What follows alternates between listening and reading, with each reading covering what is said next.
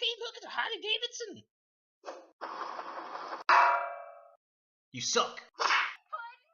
Nope, you crazy bitch. Oh, come on, Puddin'.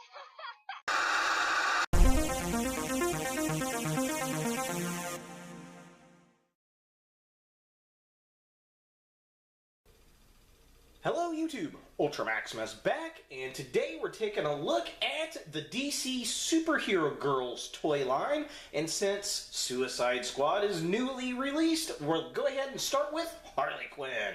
So, yeah, I got the bulk of these figures. I think I'm missing one figure out of these. I got them for my girlfriend's daughter. She is 4. These might be a little bit too advanced for her, but she's getting about that age. And I was really excited that they're coming out with action figures for little girls. I think that is super cool, and they actually look pretty decent. So let's go ahead and take a look at the packaging. Alright, so here we have Harley Quinn in package, and I like the packaging. It looks pretty cool. It says DC Superhero Girls up here. It says Harley Quinn. It includes a mallet, and we get some artwork of Harley up in the corner. Now, there is a webisode series that goes along with these action figures on YouTube that kind of focus on each individual character, and then there are other, broader stories with the characters as well. The YouTube videos, I want to say, are about 6 to 10 minutes, no more than 10 minutes. I want to say they're about 6 or 8 minutes long, which is pretty interesting. They're pretty cute. They're pretty fun. The coolest thing about the webisode, I will say, is it's at a DC superhero high school, and the Teen Titans are there, and the original voice actors from the original cartoon series actually do the voices of the Teen Titans, which I really enjoyed. But yeah, it looks pretty cool. Take a look at the packaging. Looks pretty neat. Definitely digging that. I think they nailed it on the packaging there. The back side of the packaging, we get a picture of Harley again with her mallet. All the other figures that you can get in the line. There's kind of a basic write-up of the Superhero Girls lineup, and then we have a bio of Harley. So again, just a little quick look there. So here is the write-up. If you want to pause and read this stuff, you can. And there's the rest of the write-up. And then here is Harley's bio. If you want to pause and read that, you can do so. And then there are all the other figures in the line. The only one I'm missing is Bumblebee. They did not have that one for some reason, I guess. But yeah, is what it is. Definitely pretty cool. Let's go ahead and get Harley out of the box and see how she looks. So here we have Harley Quinn out of package, and for the most part, I really like this figure. This is a really well done female sculpt for the Marvel series. And, I mean, it looks good. I like the sculpt. I like the anime look to it. The shirt is really kind of weird to me, but overall, I think it captures the essence of Harley Quinn, although watered down. Which is, of course, the whole purpose of this. This is for, targeting little girls. But, again, I think it looks pretty decent. Now, it stands relatively well. It will fall over if you don't balance it right. The back of the package says, it stands on its own. Well, it does. But like any other figure, like any Marvel Legend or DCMU figure, if it's not balanced properly, it's just not going to stand. So, yeah, pretty decent. She comes with this little croquet mallet-looking thing, which is kind of an homage to her, sledgehammer of death that she carries around. And now, as far as articulation goes, she's got a ball-jointed head. It moves all the way around that way. It does have some slight up and down movement. Her arms go that far out. They do twist up here at the shoulder. There is a single jointed elbow right there. And it does not have, it does have a twist at the elbow as well, which is nice. I like that. Her hands are on a twist. There is no hinge for the hands, which is unfortunate. There is no twist at the waist, which also unfortunate. Her legs do go that far forward. They only go that far back. They do go out super crazy, which is very cool for this figure. She has a single jointed knee. There is no twist at the top. She has twist at her ankle, but no ankle hinge and no ankle pivot, which is unfortunate. So yeah, I mean, overall, I think it looks really good. I like the design.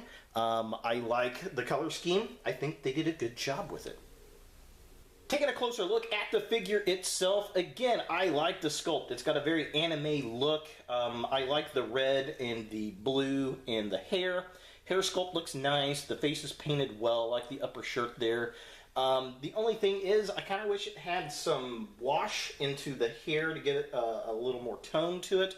However, this being based on a cartoon webisode, that might take the look away from it, of course, because it's, you know, bright and cheery looking. So, I mean, it's pretty decent for what it is, but if you wanted to customize it yourself, it's definitely got a lot of potential. I can see some Arkham video game influence in here for sure.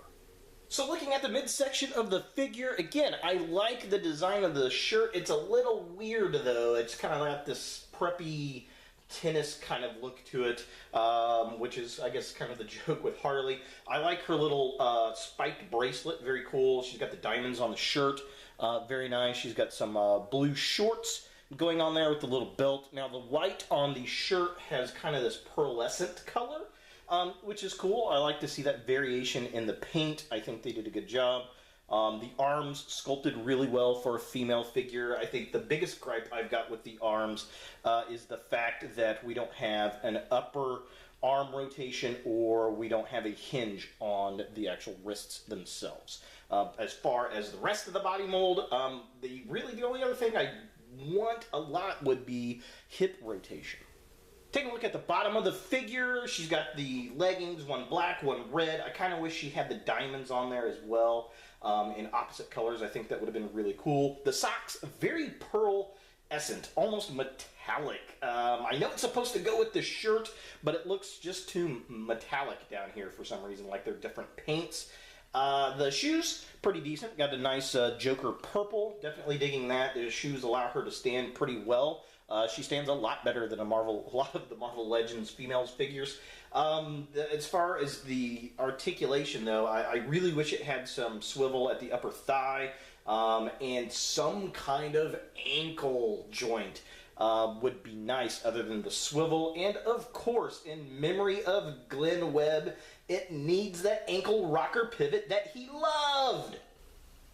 For comparison, here we have Harley Quinn next to the Batman vs. Superman basic Wonder Woman figure and the Marvel Legends Spider-Girl or Spider-Woman figure. And she's taller than they are. I mean, she scales pretty darn well. She's a pretty good sized figure. She's dwarfing this one something fierce.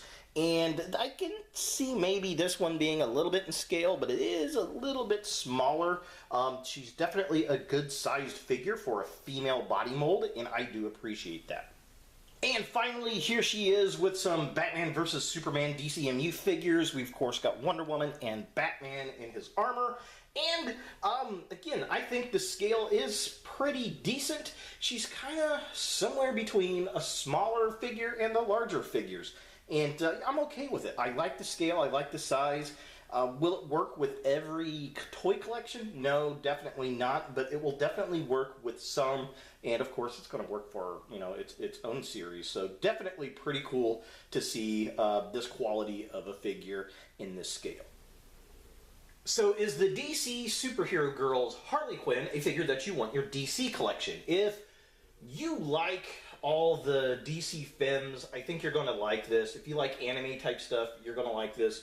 If you got a little girl, they're going to love this. I guarantee that. If you're a Harley completist, I think you're going to be happy with it.